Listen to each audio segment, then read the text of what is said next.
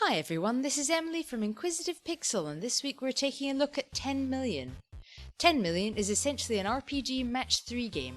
You are a small, pixelated man who's trapped in a dungeon for some reason and has to reach a score of 10 million in order to gain his freedom.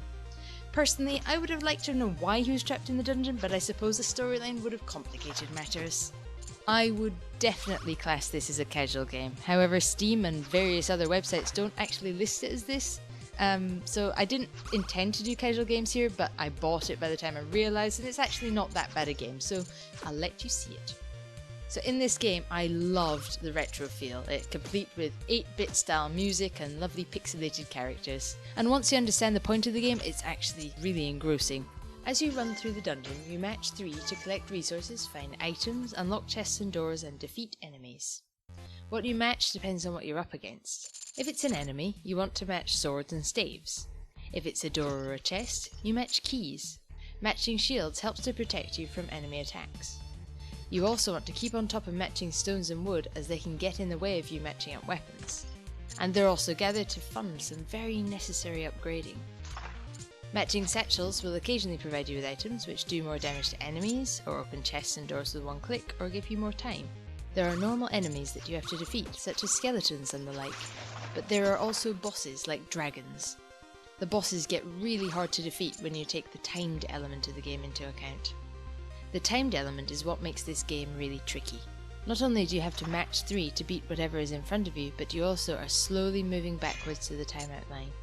If you cross that point, the dungeon finishes and you go back to your base. But it's okay because you get to keep your resources and upgraded equipment. It's just a case of better luck next time. I also really like the way you unlock and level up rooms to unlock upgrades for your weapons and armour. It keeps you going, gives you something to work towards. Unfortunately, it is very limited on replay. And that's not really surprising seeing as it's a casual game. You can play it again, but there really isn't an impetus to continue playing once you attain 10 million points. As you can see, it is definitely a casual game, as you have to do the same thing over and over again until you reach 10 million points in one dungeon run. There are things to help you along the way. As I've said, you can upgrade your weapons and armour, but there are also potions to enhance your performance, but there are negative effects to each one as well, so beware. Another point I really liked are the ranks you gain as you increase your score, and each rank has its own dungeon with increasing levels of difficulty and score multiplier, making it that bit easier to reach 10 million.